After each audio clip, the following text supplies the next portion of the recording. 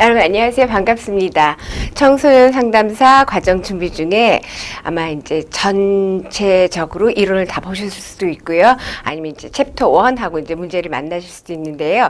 이번 시간에는 이제 문제풀이를 갖도록 할 거예요. 문제풀이를 갖도록 하는데 전체적으로 청소년 상담사 5과목하고 이제 필수 과목하고 선택 과목이 있죠. 선택 과목은 이제 청소년 이론만 여러 번 같이 공부를 하게 됐는데 발달 심리 이번 시간에 볼 거예요. 이번 시간하고 이제 두 차시 나서 각 파트 1에 이제 두 차시 이렇게 해서 총 12차시 선생님들하고 같이 문제를 살펴볼 건데요.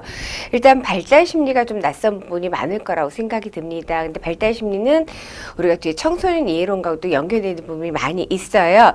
근데 이제 낯선 용어들이 좀 있을 수가 있어요. 그래서 발달 심리의 기초 그리고 연구 방법 여기서 다루겠죠. 연구 방법이 있고 그다음에 인간 성장과 발달 그리고 발달 이론이라는 것은 계속적 반복적으로 나오는 부분이에요. 그래서 문학수를 상당히 많이 다뤄놨습니다. 우리가 선다형 공부할 때 변형된 거 우리가 찾아낼 수 있도록 공부를 하는 건데 여기서는 이제 그 정리하는 차원에서 선생님들께서는 이 시간에 제가 여기 100문항이 넘는 거 108문항이거든요. 그걸 다 다루진 않을 거고요. 이제 영역별로 좀 이렇게 살펴볼 거예요. 시험은 아주 어려운 것만 나오는 건 아닌 거 아시죠? 선생으로서 한 가지 이제 당부 겸 잔소리를 하게 되면은 선다형의 문제를 그러니까 선택지의 문제를 풀 때는 꼼꼼하게 있는 게 굉장히 중요합니다. 그래서 저는 이제 그런 얘기를 많이 해요.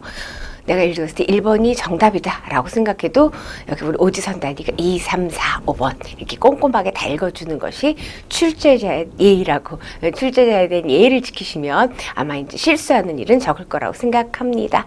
선다형의 문제는 전체를 잘 이해하는 게 중요합니다. 자, 일단 그래도 제일 처음이니까 첫 번째 문제 한번 보도록 하겠습니다. 다음 중 발달 순서에 대한 설명으로 옳지 않은 것입니다. 이제 발달엔 순서성이 있죠. 어디서부터 위에서 아래로 그리고 가운데서 밖으로 그리고 전체에서 부분으로 이렇게 나타나는 거예요. 그래서 그걸 두 개를 하나 보게 되면요. 1번 근위부에서 원분이 가까운 데서 먼쪽으로 발달한다. 맞죠? 그 다음에 중심에서 말초로 발달하는 거예요. 중심에서부터 말초로 발달하고요. 위에서 아래로, 그러니까 머리부터 다리로 발달을 하게 되죠. 그리고 대근육이 발달해서 아이들 연필 지울 때 우리가 볼펜 같은 거 지울 때 이렇게 대근육이 발달해서 나중에 소근육이 발달하는 게 되겠죠. 그래서 대근육이 소근육이 발달합니다. 그래서 부분 운동에서 전체로 아니라는 대근육 전체에서 어떻게 세분화돼서 부분으로 발달한다가 되겠습니다. 그러니까 옳지 않은 것은 몇 번? 5번이 정답 되겠습니다. 발달의 원리도 한번 볼 거예요. 다음 중 발달의 원리에 대한 설명 옳은 것을 이번에 찾는 것이에요. 발달 원리. 그러니까 지금 발달 순서에 관한 것도 발달 원리인가요? 발달은 비약적인 것이 차츰차츰 연속적인 거죠. 어느 순간에 이게 그 간격이 벌어졌으니 전에 발달이 후의 발달과 당연히 관계가 있죠. 이런 걸 염두에 두고 한번 보도록 하겠습니다. 발달은 미분화 운동에서 분화로 이루어진다. 대근육 쓴다는 거 아주 조작적이지 않죠. 그래서 미분화에서 분화되지 않은 거에서 정밀하게 분화되는 거로 이루어진다는 거 너무 쉬운 것이 1번이 정답인데요. 제가 좀 전에 말씀드린 것처럼 2, 3, 4, 5번을 읽고 그리고 우리가 이것은 왜 오답인지 하는 건 중요하고요. 시험 때는 1번이 정답이라도 그걸 다 읽는 것이 실수가 없다, 적다라고 말씀드렸어요. 그럼 2번은 왜 틀렸나 한번 볼게요. 인간 발달이 반드시 과거와의 연결을 지니는 것은 아니다. 그랬으면 참 좋겠는데 계속적으로 그러니까 우리가 이제 발달에는 순서성이 있고 이런 것들을 배웠잖아요. 앞에 문제처럼. 그래서 순서성에서 배웠어요. 그러니까 이거는 순서성에서 미분화에서 분화로 발달한다는 순서성의 일부인데 그러면 과거에 연결이 있다라는 거죠. 이것은 발달은 이제 연속적이고 점차적인 것이라는 거. 그래서 지금 발달이 후의 발달 연결이 된다. 그래서 연결이 있다라는 것이죠. 그다음에 3번을 보시면은 발달은 적절한 환경과 자극만 제공되면 언제든지 이루어진다. 그렇지가 않죠. 그러면 참 좋겠어요. 저 키가 좀 더 크고 싶거든요. 적절한 환경, 쓸 것도 없네요. 그건 아니죠. 인지 발달도 뭐 조금 더 발달했으면 우리가 결정, 그거는 써야겠네요. 안 쓰려다. 많은 문제 풀려면 많이 입으로 설명해도 많이 안 쓰려. 결정적 시기라는 게 있는 것도 있잖아요. 우리가 결정적 시기.